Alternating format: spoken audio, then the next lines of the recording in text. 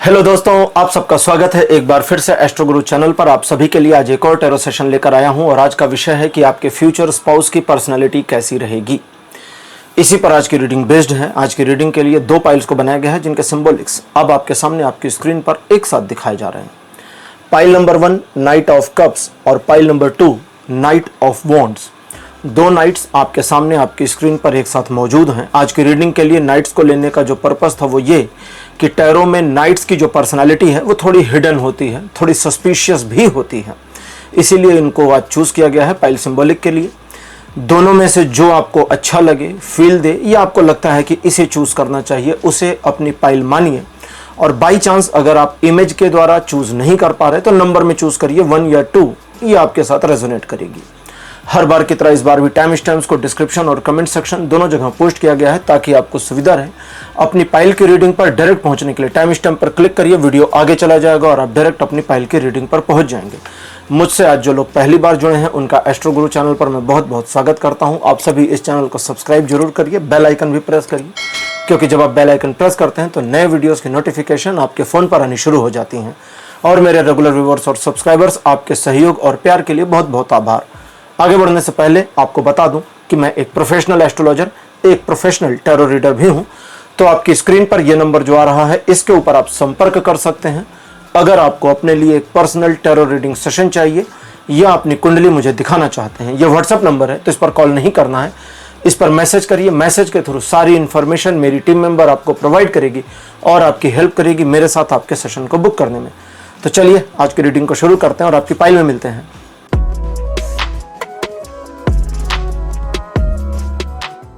Hello पाइल number 1, आप सबका स्वागत है। आपकी रीडिंग में आपने नाइट ऑफ कप्स को चुना था, मेरे बगल में उसकी फोटो लगा दी गई है। चलिए रीडिंग को शुरू करते हैं और देखते हैं कि आपके फ्यूचर स्पाउस की पर्सनालिटी कैसी होगी।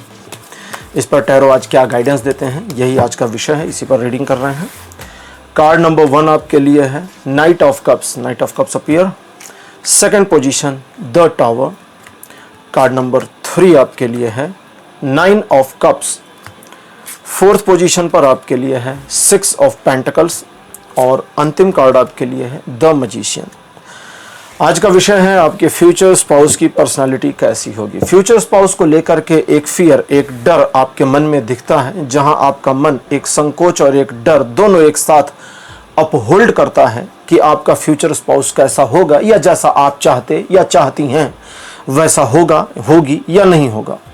आपका मन लगातार फ्यूचर स्पाउस को, मतलब जब आप फ्यूचर स्पाउस के बारे में सोचें, आपके मन में लगातार एक थिंकिंग, जिसे हम ओवर थिंकिंग कह सकते हैं, जिसमें थोड़ा पॉजिटिविटी और ज़्यादा निगेटिविटी भी शामिल है, वो चलता रहता है। उस मामले में जहां आप कहेंगे कि आपके मन में जो थिंकिंग या ओवर थिंकिंग है वो निगेटिविटी में नहीं है, तो वहां पर रीडिंग कहती है कि थिंकिंग में पॉजिटिविटी रखने की कोशिश के बावजूद जो फियर आता है वो पूरी थिंकिंग को निगेटिव एस्पेक्ट में डाल देता है, मतलब पूरा निगेटिव का लेवर चढ़ा देता है। फिलहाल आपको कई बार ऐसा लगता है कि फ्यूचर स्पाउस के मामले में आपको थोड़ा सा कंप्रोमाइज़ करना पड़ेगा, एडजस्ट करना पड़ेगा, और आप जैसा चाहते या चाहती हैं वैसा मिलना शायद संभव नहीं है।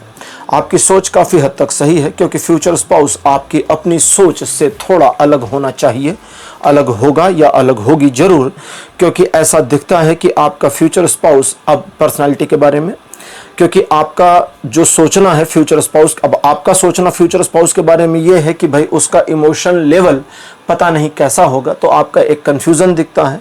कुछ मामलों में आपको लगता है कि फ्यूचर स्पाउस आपको नहीं समझ पाएगा या नहीं समझ पाएगी, तो वहाँ एक नकारात्मकता भी दिखती है। लेकिन इन सारी बातों को दरकिनार करके, आपको गलत साबित करके रीडिंग कहती है कि आपका फ्यूचर स्पाउस या आपकी फ्यूचर स्पाउस एक सॉफ्ट हार्ट पर्सन होनी चाहिए। ठीक है, जेंडर वाइज आप लोग अपना अपना समझ लेना।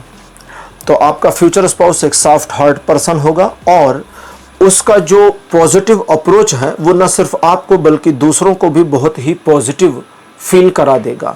उसका दूसरों को केयर करने का नेचर, अपने स्वयं के प्रियजनों को केयर करने का जो नेचर है, वो किसी को भी उसके प्रति एक पॉजिटिव अप्रोच में ले आए, यानी लोग उसे पसंद करें, ऐसा दिखता है। हाँ, ये ज़रूर है कि आपके फ्यूचर स्पाउस का जो अपना एटीट्यूड या बिहेवियर होगा या डिसीजन मेकिंग होगी, उसमें कई बार गलतियां करने की एक संभावना दिखती है जहां पर उसके द्वारा एक ही गलती को बार बार दोहराया जाए, इसकी पॉसिबिलिटी भी दिखती है। लेकिन अच्छी चीज़ ये दिखती है कि वो अपनी गलती से सबक लेगा या सबक लेगी और गलती को न दोहराने का एक प्रण उसके द्वारा किया जाए।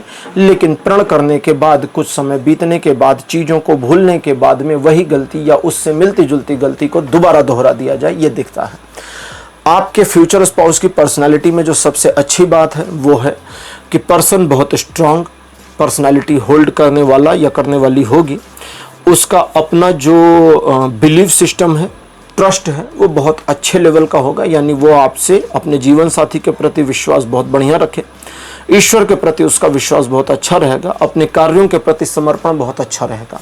लेकिन समस्या ये है कि इन सारी खूबियों को उसके द्वारा समय समय पर भुला दिया जाना जैसा नजर आएगा। यानी उसको फील में ही नहीं आएगा कि मेरे अंदर इतनी कैपेबिलिटी और काबिलियत है कि मैं ऐसी चीज़ें कर सकता या कर सकती हूँ। और आपको कई बार लगेगा कि यार इस पर्सन ने तो पहले चीज़ों को बढ़िया मैनेज किया था, अभी यहाँ पर आकर के ये मेस क्यों हो रहा है या हो रही है। तो एक पॉजिटिव नेचर जिसमें थोड़ा ही नेगेटिविटी है, लेकिन उसके कार्य, कर्म, बिहेवियर से आपको काफ़ी निराशा हो जाए, इसकी पॉसिबिलिटी भी आती है। उसका एक पॉजिटिव अप्रोच आपके लिए रहने वाला है, जिस पॉजिटिव अप्रोच की वजह से वो शादी के बाद में, विवाह के बाद में आपको लेके बहुत पॉजिटिव और इनसिक्योर फीलिंग में रहेगी या रहेगा। इनसिक्योर फीलिंग का मतलब यहाँ पर शक करना बिल्कुल भी नहीं है, तो शक की स्वभाव नहीं होने वाला है। लेकिन इनसिक्योर फीलिंग ये है कि आप उससे दूर ना हो जाएं। आज की हम ओरेकल डेक ले लेते हैं जो कि है रोमांस एंड लव, और देखते हैं कि रोमांस एंड लव की जो ओरेकल डेक है ये हमें इन्फॉर्मेशन क्या देती है, आपके फ्यूचर स्पाउस के बारे में एडिशनली एक्स्ट्रा क्या इन्फॉर्मेशन देती है। पहला कार्ड आपके लिए डोरवे, सेकंड पोजीशन पर आपके लिए है अपोलॉजी, कार्ड नंबर 3 आपके लिए है पैशन, फोर्थ पोजीशन पर वेडिंग, और अंतिम कार्ड आपके लिए है इल्यूजन्स।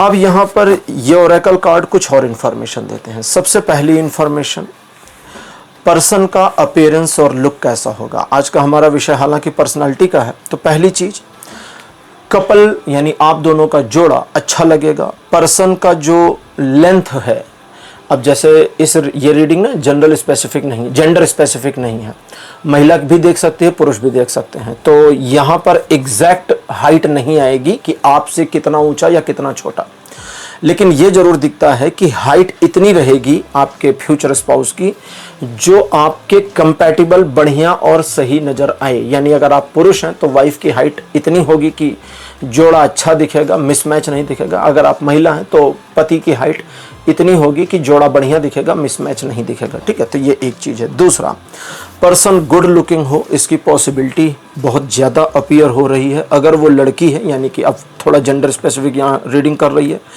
फीमेल के मामले में आंखें सुंदर, बाल एवरेज, न लंबे न छोटे, और पहनने का जो तौर तरीका है लड़की के मामले में, फीमेल के मामले में यानी पत्नी के मामले में, वो पहले से ही सधा हुआ, बढ़िया और इम्प्रूव्ड, यानी कोई उसमें और सुधार की गुंजाइश नहीं है। जितना सुधार वो खुद करना चाहेगी फ्यूचर में, वो उसके ऊपर डिपेंड करता है।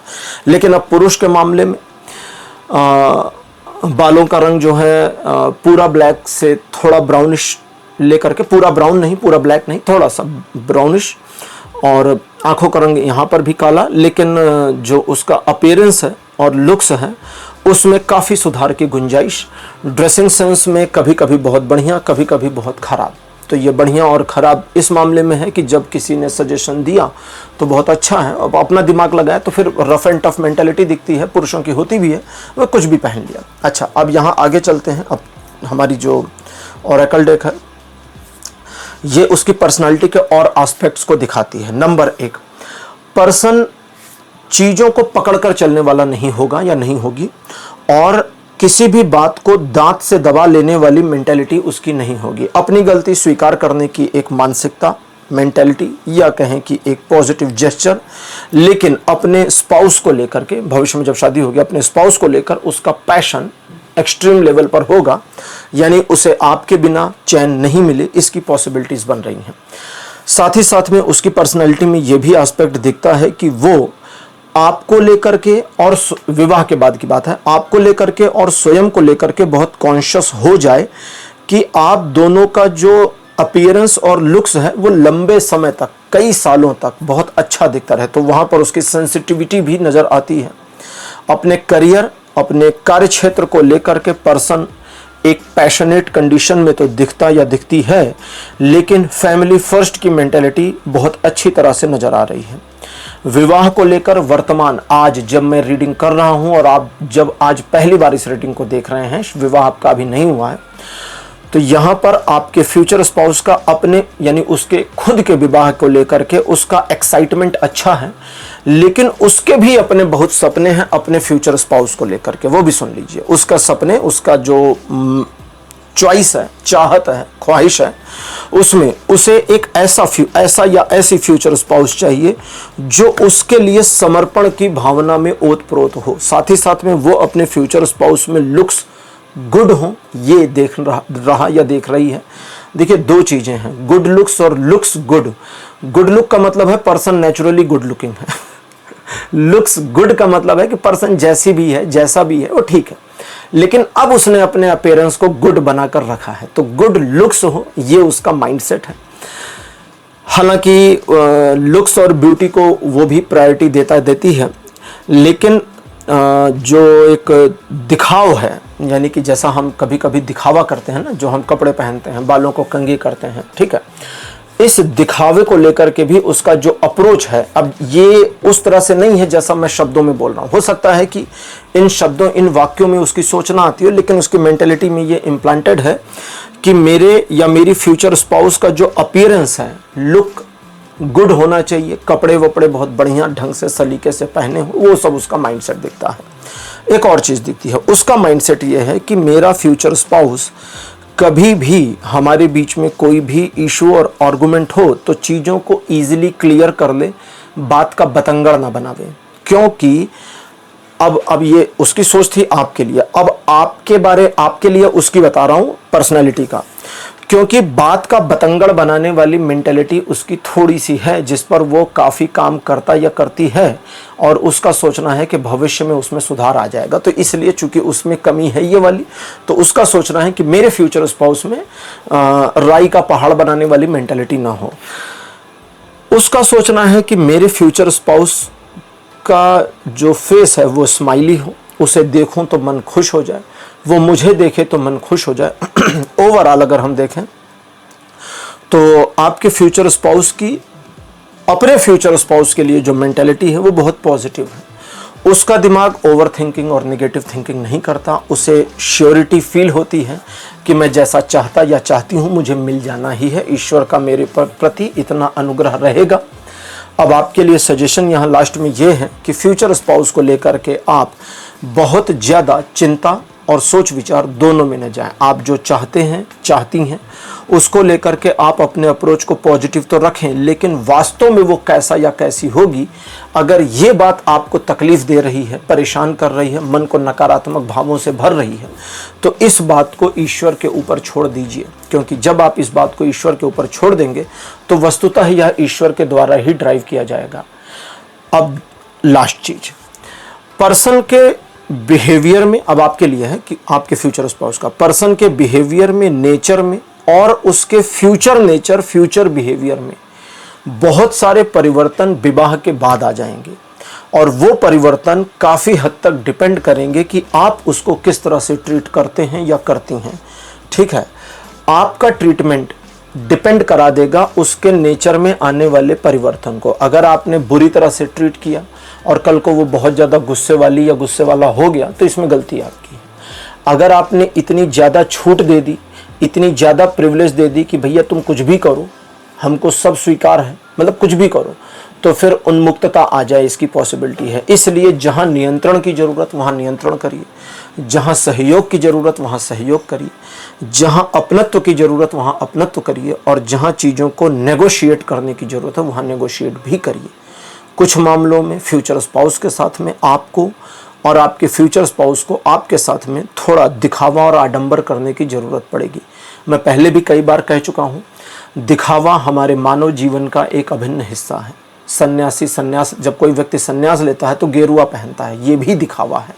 किसके लिए? उस सन्यासी के लिए, ताकि गेरुआ वस्त्र उसे याद कराता रहे कि तू सन्यासी है। सुबह उठे नहाकर जब वो अपना गेरुआ उठाए तो उसको याद आ जाए कि हाँ मैं संन्यास्त हूँ, मैं गृहस्थ नहीं हूँ। दिन भर का गेरुआ उसको याद कराने के लिए है कि तू संन्यास्त है, गृहस्थ नहीं है। और गृहस्थ के रंगीन कपड़े गृहस्थ को याद दिलाते हैं कि तू गृहस्थ है, जीवन का आनंद ले। हर चीज़ का एक प्रोसीजर है। आर्मी की ड्रेस इसलिए है ताकि उसको पता रहे कि मैं आर्मी पर्सन हूँ। पुलिस की ड्रेस भी इसलिए। बच्चों का यूनिफॉर्म स्कूल पहनकर जब जाते हैं तो वो उनके अंदर स्कूल के प्रति एक भावना को फिल कर देता है। तो समझिए इस चीज़ को। तो दिखावा हमेशा ज़रूरी है। बहुत सारे लोग कहते हैं कि हमें जेन्युइन होना चाहिए। मैं कहता हूँ ठीक है, जेन्युइन एक हद तक हो सकते हैं, पूरी तरह नहीं हो सकते, क्योंकि अगर पूरा जेन्युइन हो जाए तो हम समाज में जी नहीं सकते। क्योंकि ईश्वर के घर से हम जेन्युइनली जिस तरह आए थे उस तरह हम रोड पे नहीं घूम सकते ना। तो इसको समझिए। तो यानी बदलाव की ज़रूरत है, होगा, उसे स्वीकार करिए, थोड़ा आप भी करिए स्वयं में, और उसमें भी अपेक्षा करिएगा। पाइल नंबर 1 आपकी रीडिंग कंप्लीट हो गई है। आज की रीडिंग कैसी लगी, अपने एक्सपीरियंस, अपने अनुभव कमेंट सेक्शन में जरूर लिखिए। इस वीडियो को लाइक करिए, शेयर करिए और चैनल को सब्सक्राइब करना मत भूलिएगा। अगले वीडियो में आपसे फिर मिलूंगा। Bye bye.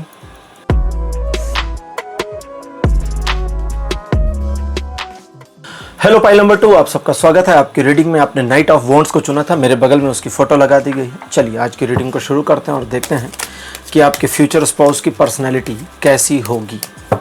इस पर टैरो क्या कहते हैं। पहला कार्ड आपके लिए है 10 ऑफ वॉन्ड्स। सेकंड पोजीशन आपके लिए है 3 ऑफ वॉन्ड्स। कार्ड नंबर 3 आपके लिए है 10 ऑफ पेंटिकल्स।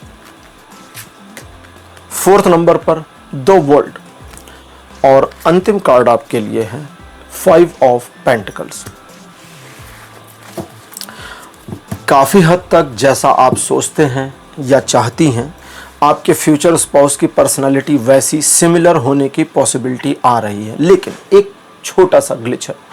ग्लिच ये है कि आपका फ्यूचर स्पाउस अभी प्रेजेंट टाइम में जहां पर भी है उसे अपनी पर्सनालिटी नहीं पसंद। क्यों? पहले इसे समझते हैं।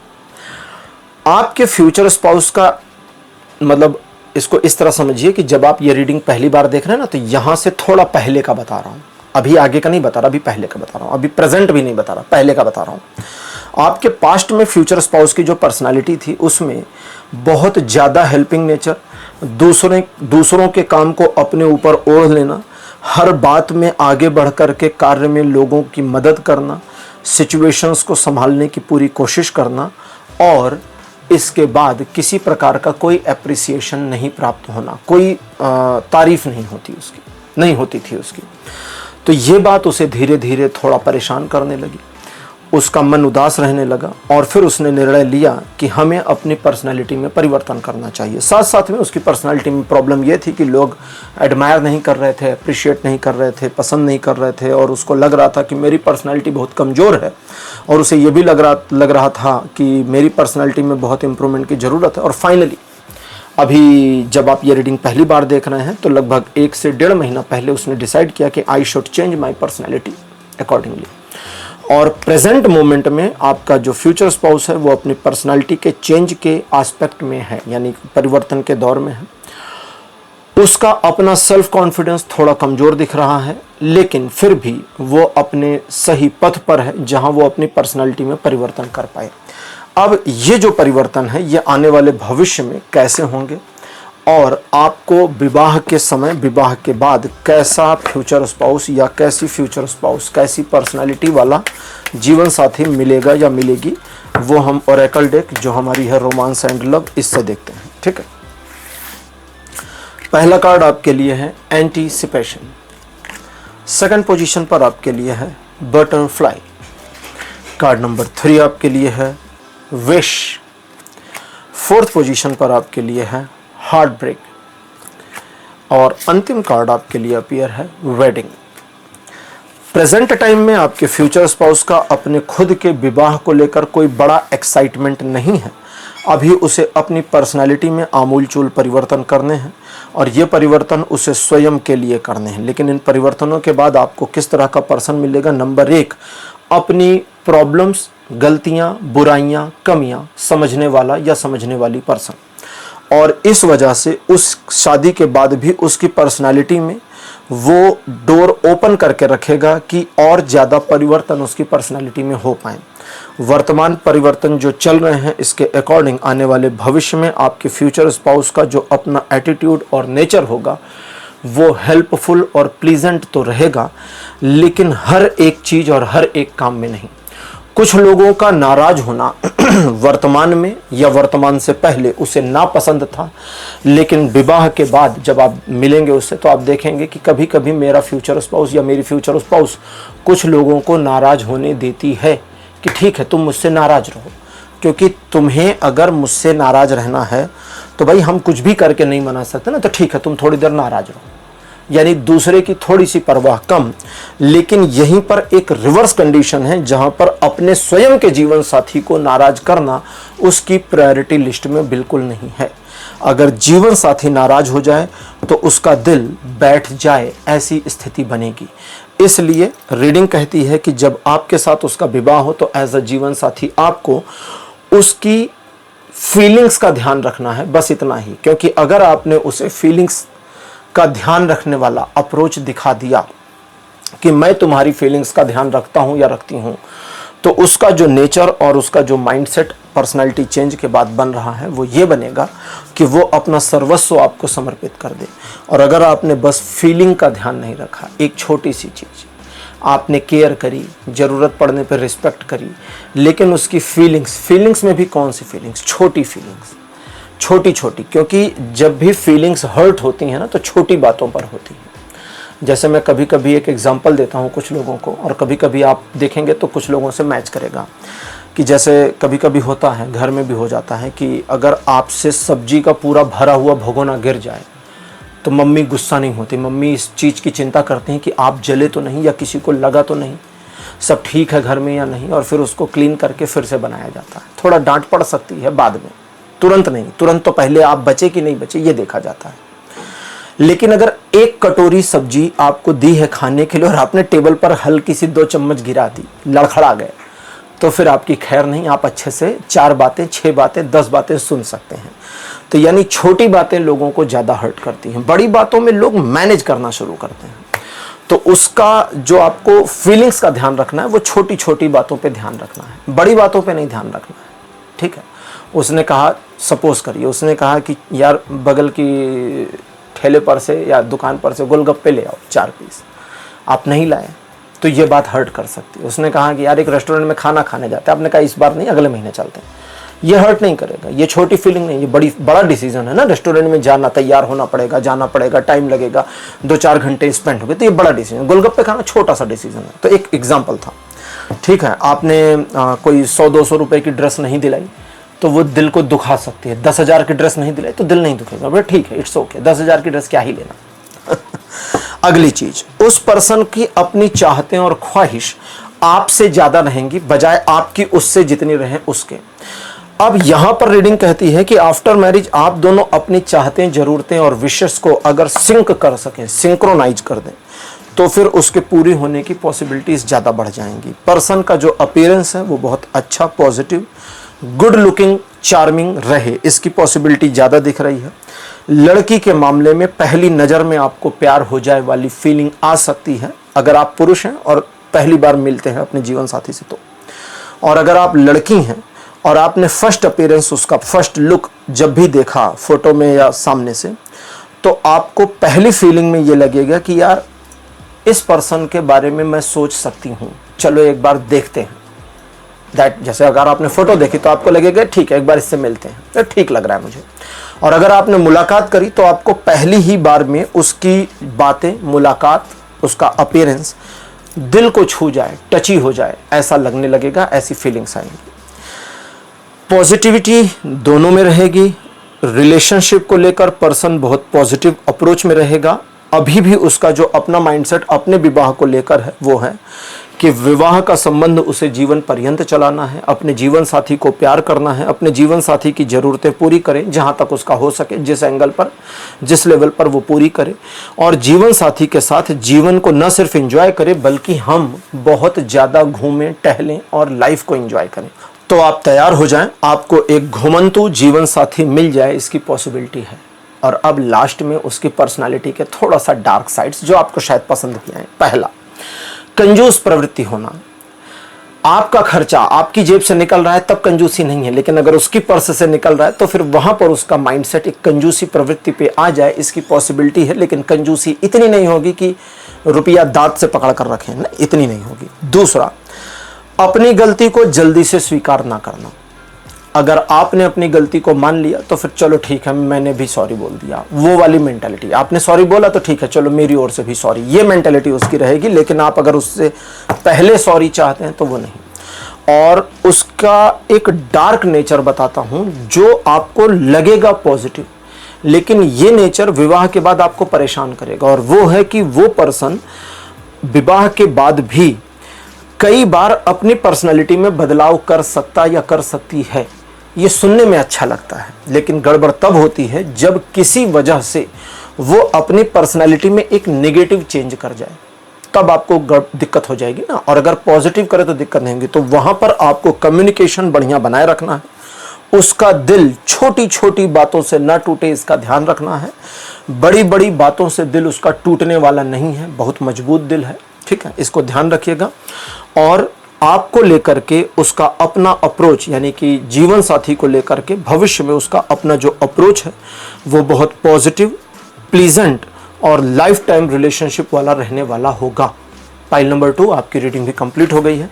आज की रीडिंग आपको कैसी लगी, अपने एक्सपीरियंस, अपने अनुभव कमेंट सेक्शन में जरूर लिखिए। इस वीडियो को लाइक करिए, शेयर करिए और चैनल को सब्सक्राइब करना मत भूलिएगा। अगले वीडियो में आपसे फिर मिलूंगा। Bye bye.